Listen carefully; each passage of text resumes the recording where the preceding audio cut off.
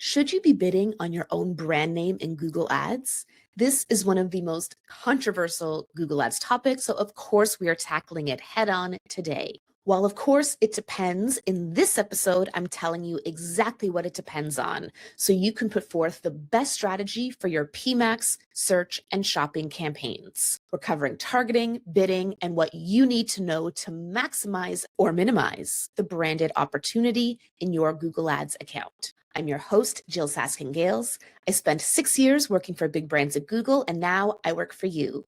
This is Inside Google Ads, episode 113, Branded Search. First things first, should you even be paying for ads when people are searching for your brand on Google? And I'm not talking about how you feel about this. I can guess how you feel about having to pay the brand tax, but does it make sense to do? Rather than just sharing my opinion, I wanted to share some data with you from a company called House who actually studied this. Helpfully, what they found supported my opinion. What they found is that if there's a lot of auction pressure, meaning there are a lot of other people competing for your brand name, then yes, you're going to want to advertise there. Whereas if there's not a lot of auction pressure, meaning your competitors are not bidding on your brand, then you probably don't need to either. Specifically, they looked at whether having a branded search campaign provided incremental lift, actual value to your business.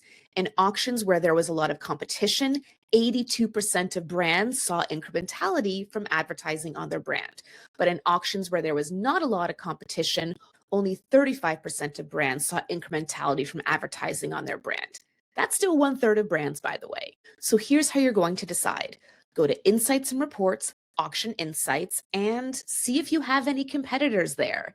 If it's just you and maybe one or two other people with less than 10% impression share on your brand, then you probably don't need to be running a brand campaign.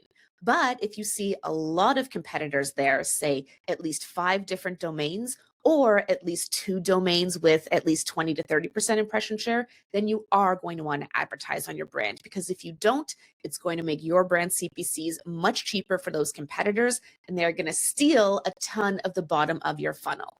When you've already spent so much time and effort making people aware who you are and liking you so much that they're going to Google and searching for you, it is a shame to lose them at the last minute over pennies. So when in doubt, do advertise on your brand.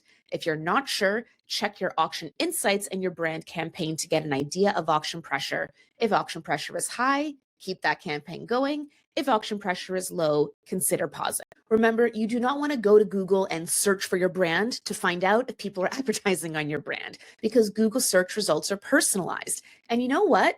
Google doesn't want to show you an ad for your brand because Google knows that you constantly visit your own website and you never convert there. So best way to check this is to actually go to Auction Insights so you get a data-backed understanding of what's happening in the auction. If you are not currently bidding on your brand name and therefore you don't have this Auction Insights, I recommend running a 1-month test with a branded search campaign just so you can gather that data and see, are you right to not advertising there, or do you need to start to fend off those competitors? Now let's talk about PMax, because a branded search campaign isn't the only thing that could be advertising on your brand.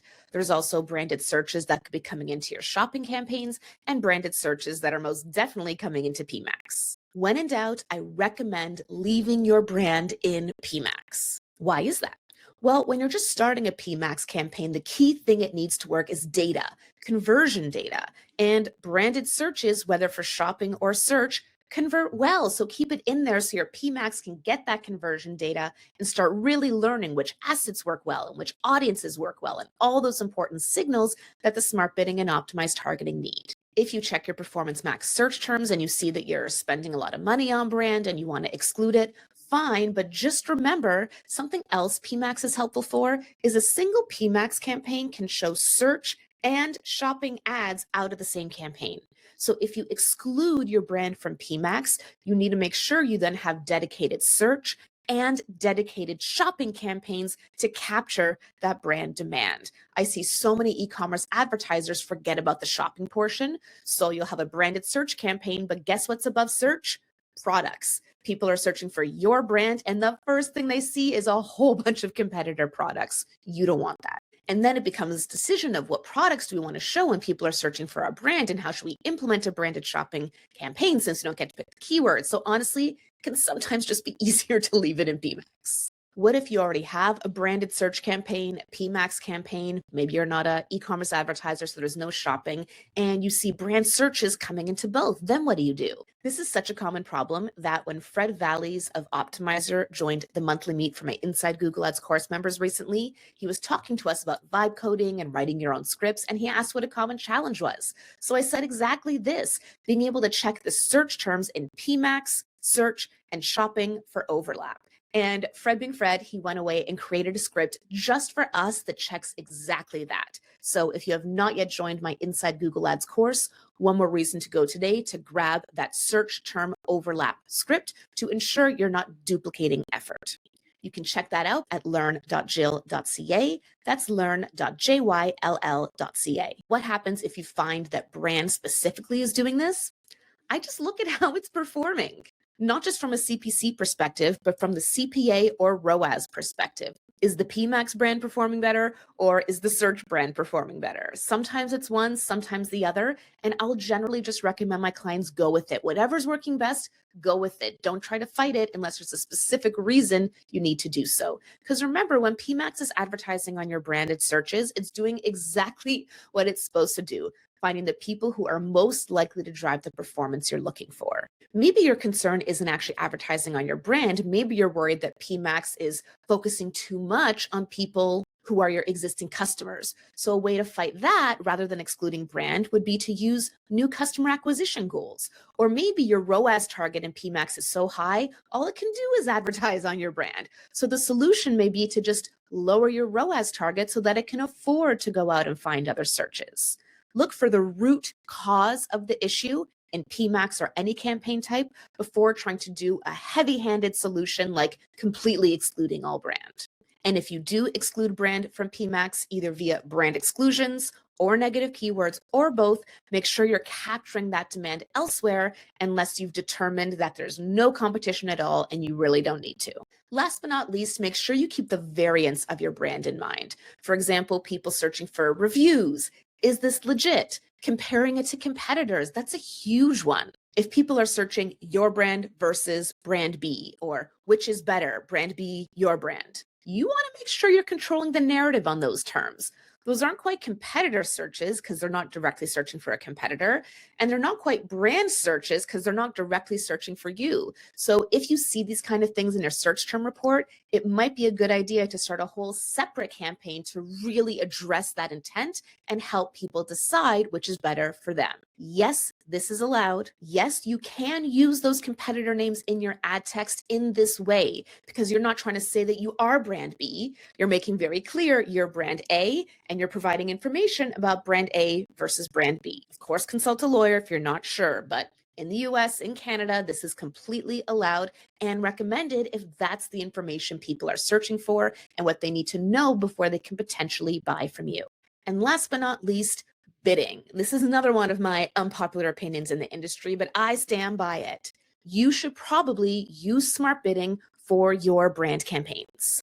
I know, general advice is to use manual CPC to make sure you don't overpay, but what I don't understand is how come for all of your campaigns, you want Google to focus on conversions, and then when it comes to your brand, suddenly you only care about clicks? Here's the scenario that sold me on this. I have one client who their brand name is like the generic name of their industry. It would be like if their business was called Pizza Restaurant. So their branded search campaign was on manual CPC and it had a low CPC, and it just didn't perform like a branded campaign should. Even though they were using an exact match keyword, there were tons of bloated other search terms, which is weird. And the CTR was like 15%. The conversion rate was like barely better than non-brand search because all Google was doing was trying to find the cheapest possible clicks that matched to pizza restaurant. They weren't actually a pizza restaurant. I'm just using that for the example. So my recommendation was to switch to target ROAS. And we set the target ROAS, I believe, at around 400%. And like overnight, this campaign changed. The impressions went way down, clicks went way down, but click-through rate went up to the 30s and 40s, which is what we expect from branded search. Conversion rate skyrocketed. Total conversion volume from the campaign went up. And of course, ROAS went up as well. By focusing this brand campaign on branded searches, people who are likely looking for this pizza restaurant and not any pizza restaurant, or Apple the company and not Apple the fruit. It was able to pull in all these other signals in addition to just the search query to achieve that.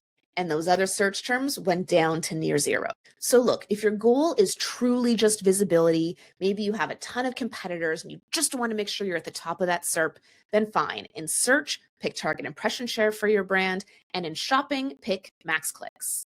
But usually for my clients, I recommend starting your branded search campaigns on max conversions before moving to target CPA or target ROAS.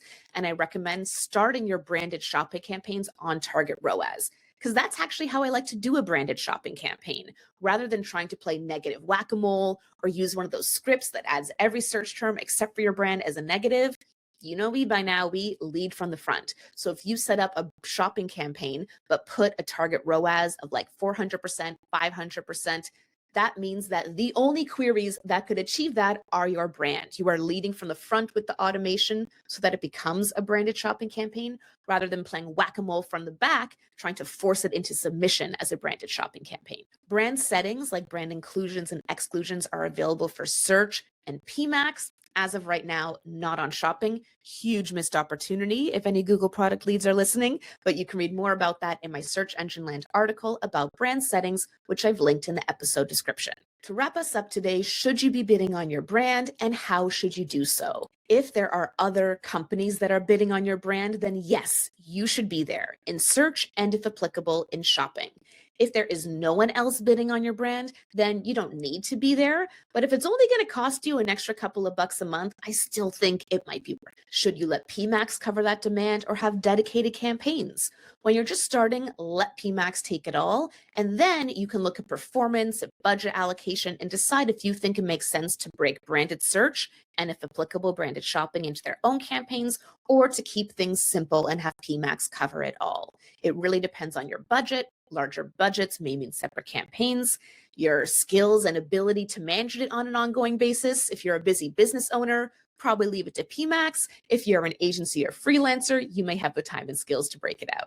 And finally, try target-based smart bidding for your brand campaigns, for PMax, of course, but also for branded shopping and branded search if you want to lead from the front to create these brand campaigns, rather than trying to play constant whack-a-mole from the back. And if you need a little help setting up all the different campaign types and features I've discussed today, it's all covered and so much more in my Inside Google Ads course. You can learn more at learn.jyll.ca. That's learn.jyll.ca.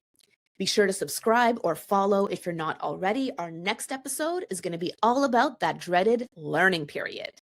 I'm Jyll Saskin Gales, and I'll see you next time inside Google Ads.